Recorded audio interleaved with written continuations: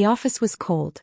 It was 11:45 p.m. on a Friday night, and the only light in the entire 40-story skyscraper came from a single cubicle on the 15th floor.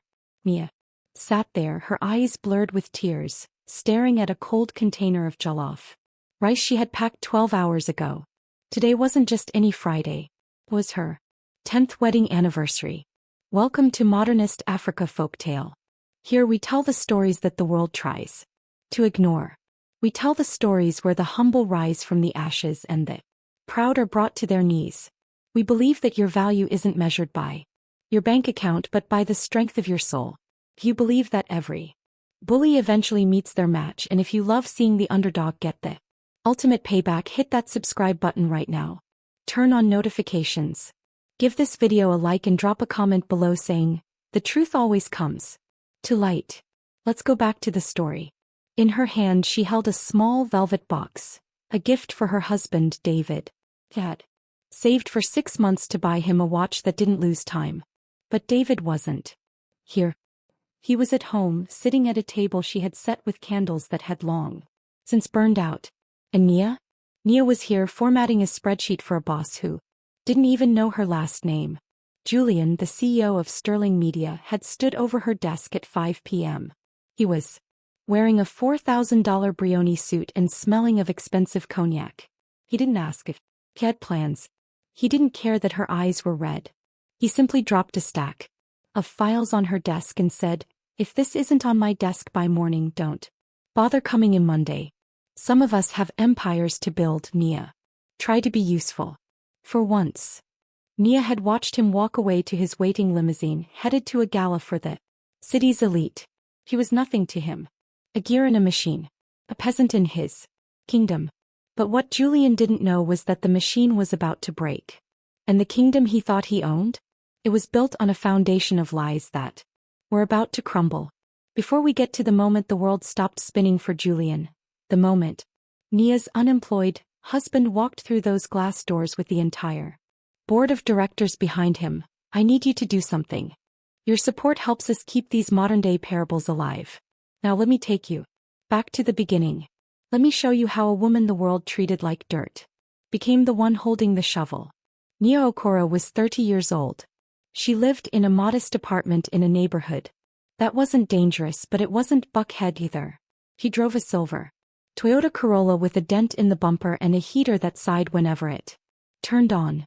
To her co-workers at Sterling Media, she was the ghost. He was the one who arrived at 7 a.m. to make the coffee and stayed until 8 p.m. to turn off the lights. She had been at the company for 5 years. She was more qualified than half the vice presidents, but she remained an administrative coordinator. Why? Because Julian liked having someone he could blame. Julian Vance was a man who had inherited a mid-sized marketing firm and convinced himself he was Steve Jobs. He spent more on his haircuts than Nia made in a month. He viewed kindness as a weakness and poverty as a disease. Nia's life outside the office was her sanctuary. Her husband, David, was her rock. They had met in college. Back then, David was the star of the business school, a brilliant mind with a heart of gold. But 3 years into their marriage, David had told her he wanted to quit the corporate rat race. He wanted to focus on community projects and freelance consulting. For 7 years, Nia had been the primary breadwinner. She never complained. Never asked David why his consulting didn't bring in big checks. When he came home in his old hoodies and jeans, smelling like the library, she just hugged him. "How was your day, Nia?" he would ask, his voice like velvet. Julian, she would sigh, leaning her head on his shoulder. "But I'm home now. That's all that matters." David would hold her tight. Sometimes Nia noticed a look in his eyes, a flash of something sharp, something powerful. But then he would smile and the look was gone. He was just David. Her David. The week of their 10th anniversary, Nia was vibrating with excitement. He had managed to book a table at a small family-owned Italian place they loved. Gold leaf steaks, no paparazzi, just them. On Tuesday she was at her desk when Julian's golden boy, a senior VP named Marcus, walked by. Marcus was Julian's shadow. He wore the same suits, used the Same insults and treated Nia with the same disdain. Nia, did you finish the Vance account audit? Marcus asked, not looking at her. His eyes glued to his iPhone. I sent it to you an hour ago, Marcus, she said politely. He stopped. He looked at her over the rim of his designer glasses. Don't use that tone with me. And Julian wants the quarterly projections updated. He wants them by Friday. Marcus, Friday is my anniversary, Nia said, her voice trembling slightly. I've had this time requested off for months. Julian approved it. Marcus laughed. It was a cold, hollow sound. Julian approves things the way he breathes, unthinkingly. There's a merger coming up. The board is flying in from London. If the numbers aren't perfect, Julian's head is on the block. If his head is on the block, yours is already in the basket. Get it done. Nia felt a lump in her throat. She looked at the picture of David on her desk. Work hard. Be kind. Trust God. That's what her mother had always said. A deep breath and opened the spreadsheet. By Thursday, Nia was exhausted. She had been sleeping 4 hours a night. David noticed. Nia, you're burning out, he said as he made her tea at 5:30 a.m. Maybe you should just tell Julian no. What's the worst he can do? Fire you? You're the only one who knows how that company actually runs. Nia smiled sadly. We need the insurance, David. And my bonus is coming up. If I can just get through this merger, maybe I can finally ask for that promotion. David looked at the tea, his jaw tightening. You shouldn't have to beg for what you've already earned.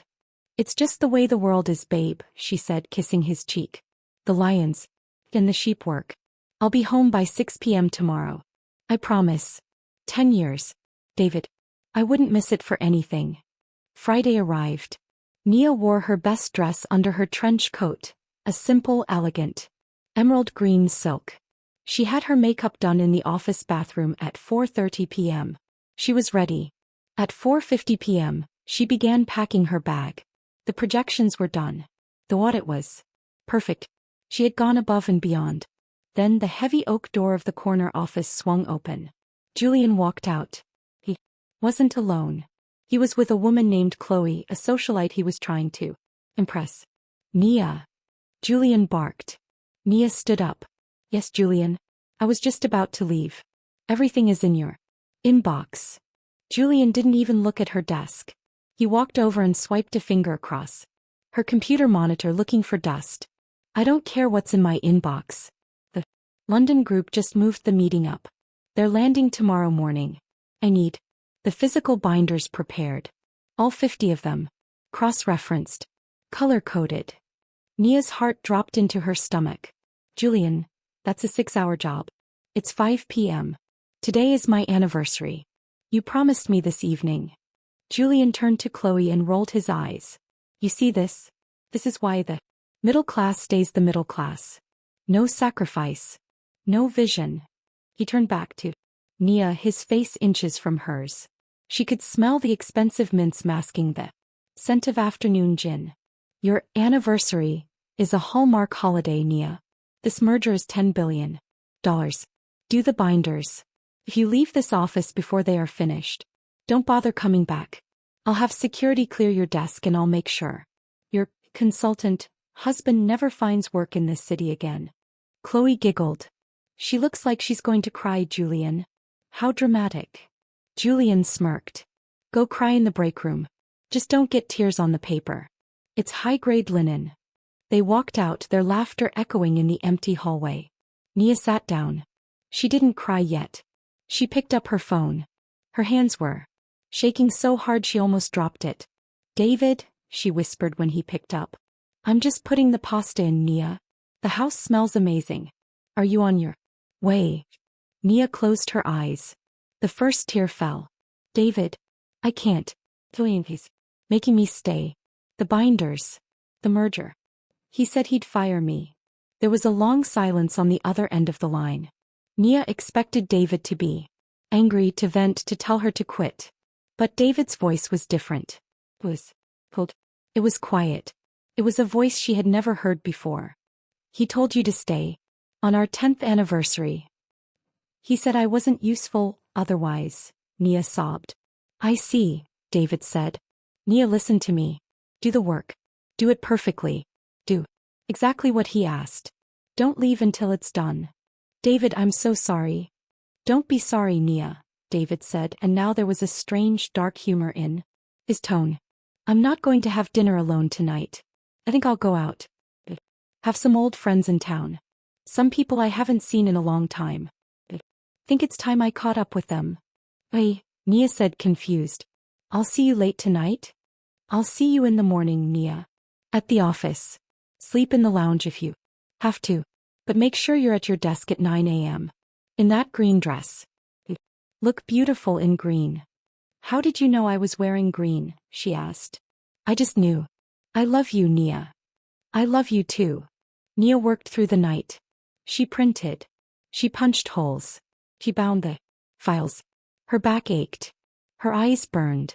Every time she felt like giving up, she remembered Julian's smirk. She remembered Chloe's giggle. She channeled her pain into the work.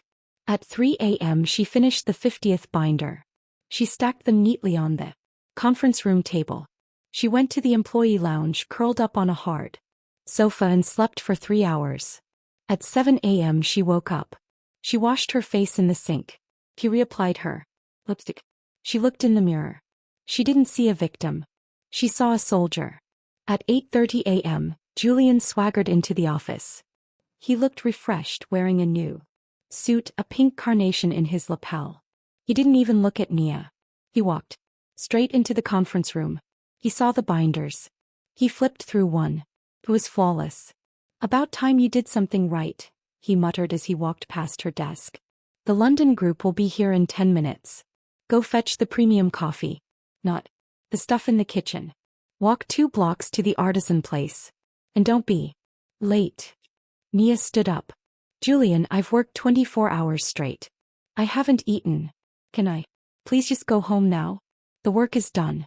Julian turned, his eyes narrowing. You go when I say you go. Now get the coffee.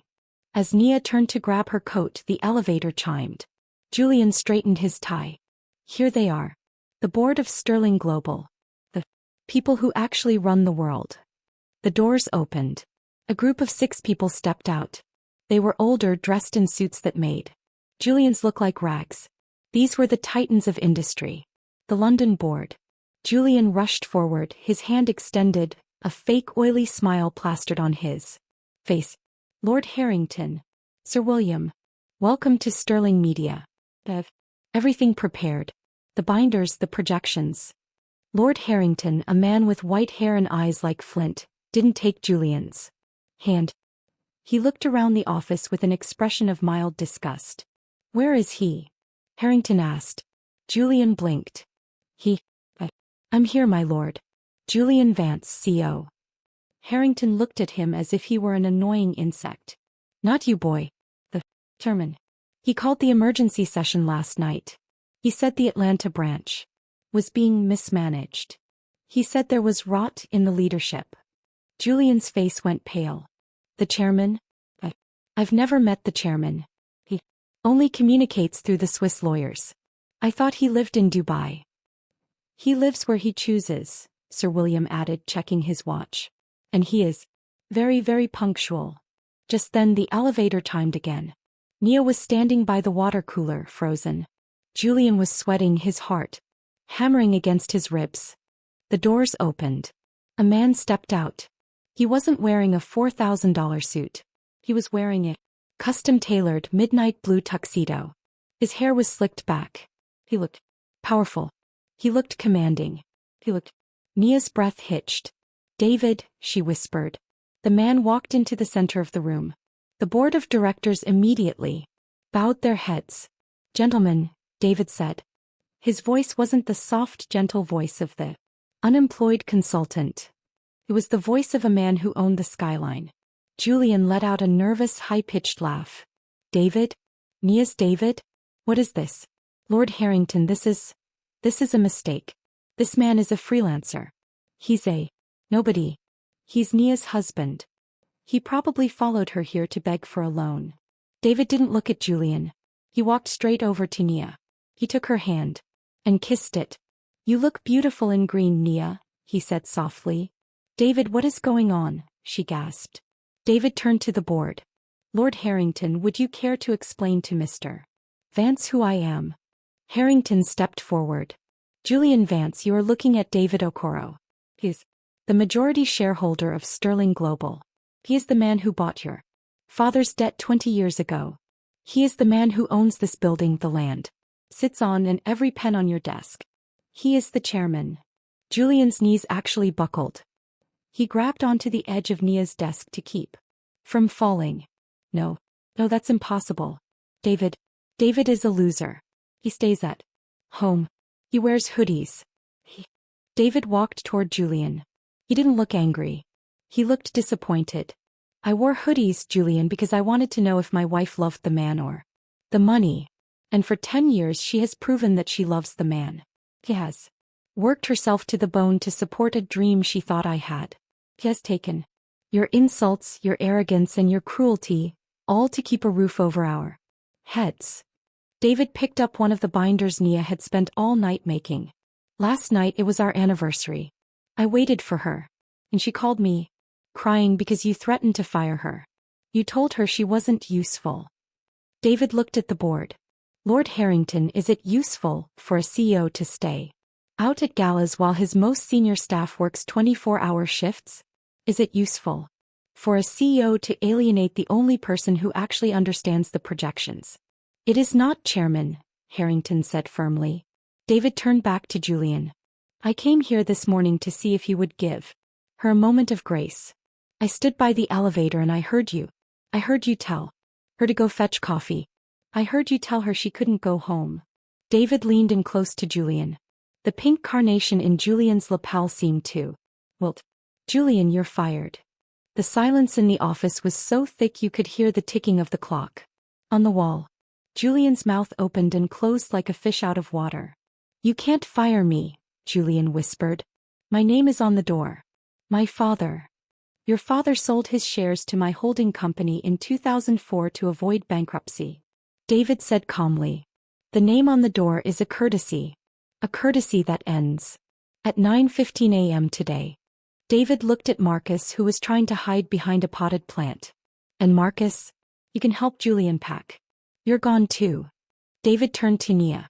The room was full of the most powerful people in the city, but David looked at her like she was the only person in the world. Nia, I have a question for the board. The board members stood at attention. We have a vacancy for the CEO of Sterling Media. We need someone with 10 years of experience. Someone who knows the accounts. Someone who knows the meaning of sacrifice, hard work, and loyalty. Lord Harrington, do we have any candidates? Harrington smiled. I believe the perfect candidate is standing right in front of us. Nia looked from David to the board. Her head was spinning. David, I don't know what to say. Say yes, Nia, David said, his eyes twinkling. Because after you sign the contract, we have a decade of anniversaries to make up for. I've booked a plane. Not a table. Plane. We're going to Florence for a month. Julian didn't move. He stood there rooted to the spot, staring at the midnight blue tuxedo David was wearing. It cost more than Julian's car. Security, David said, his voice quiet but echoing through the entire floor. Two men in black suits who had been waiting by the elevators stepped forward. They didn't look like the mall security Julian usually hired. They looked like specialized elite forces. Escort Mr. Vance and Mr. Marcus out of the building, David commanded. They are to leave their company phones and keys on the desk. Anything they brought into this office today stays. We will courier their personal items to their homes, or wherever they end up living. David, please. Julian cried out, his voice cracking. I didn't know. If I had known she was your wife, I would have treated her like a queen. David stopped and looked Julian in the eyes. The room went ice cold. That's the problem, Julian. You shouldn't have treated her like a queen because she's my wife. You should have treated her like a human being because she's a person. You failed the only test that mattered. As the security guards grabbed Julian's arms, he looked over at Chloe, the socialite he had brought in to mock Nia. Chloe didn't even look at him. He was busy fixing her hair in a compact mirror, already looking toward Lord Harrington. and the other billionaires in the room. Julian, let go of me, Chloe snapped as he was dragged past her. This is embarrassing. Don't call me. Julian Vance, the man who thought he owned the world, was dragged out of his own office in front of every employee he had ever bullied. The lion was being kicked out of the pride. David turned back to the office. The other employees were standing at their cubicles, silent, their eyes wide. David walked to the center of the floor. Listen to me, everyone, David announced. Today is a new day for Sterling Media. This company was built on the backs of people like Nia. People who work through their anniversaries, people who skip meals to meet deadlines, people who are treated like furniture. That ends now. He looked at Nia and smiled. The CEO's office is being cleaned. It belongs to someone who actually knows how to lead. Nia walked toward David. She still felt like she was dreaming. He looked at the velvet box in her hand, the watch she had saved for 6 months to buy him. It felt silly now, knowing he could buy the factory that made the watch. But David saw the box. He took it from her hand and opened it. He took off his $50,000 Patek Philippe and handed it to a confused intern nearby. Here, kid. Take this. Sell it and pay off your student loans. Then David took the simple $500 watch Nia had bought him and strapped it onto his wrist. He looked at it as if it were the most precious diamond in the world. This, David whispered to her, is the only thing I own that tells the truth. Because it was bought with love, not a dividend check. The aftermath was legendary. Within a month, Nia had restructured the entire company. She gave raises to the janitorial staff and the administrative assistants. She implemented a family-first policy. Productivity didn't go down, it tripled. People didn't work because they were afraid, they worked because they were seen. And Julian? The news of his firing and the secret chairman reveal went viral. Every blog, every business news outlet, and every social media platform carried the story. Arrogancio loses everything to the wife he underestimated. His reputation was radioactive. No one would hire him. He tried to start his own firm, but David's lawyers ensured that every contract he had ever signed was audited. It turns out Julian had been creative with the company's taxes for years. 6 months later, Nia was in her corner office, the one with the view of the entire city. Her phone buzzed. It was an email from a local recruitment agency. Applicant for junior accountant position, Julian Vance. Nia stared at the name for a long time. She remembered the cold jollof rice. Remembered the binders. She remembered the way he told her to try to be useful. She didn't hit delete. She wasn't like him. She sent a simple reply, we do not have a position for a junior accountant. But we are looking for a night shift janitor. He will need to be cross-referenced, color-coded, and very, very useful. If he's interested, he can start on Monday. He never replied. And that, my friends, is the lesson of this tale. Your position in life is a chair, not a throne. Chairs can be moved. Chairs can be taken away. The character, that is the ground you stand on. There is an old proverb from the heart of the motherland, the river that forgets its source will soon dry up. Julian forgot where his power came from. He thought it came from his suit and his title. He didn't realize it came from the people who worked while he slept. Nia never forgot her source. And that is why she is now the one building the empire. If this story moved you, if it reminded you that your worth isn't defined by your boss, then do us a favor. Hit that subscribe button. Give us a like. In the comments, I want you to write, I know my worth. Share this story with someone who is going through a hard time at work. Remind them that the chairman is watching and the payback is always legendary. Thank you for watching Modernist Africa Folktale. Until next time, remember, stay humble, stay hungry, and never ever underestimate the person who is quiet in corner. They might just be the one who owns the building.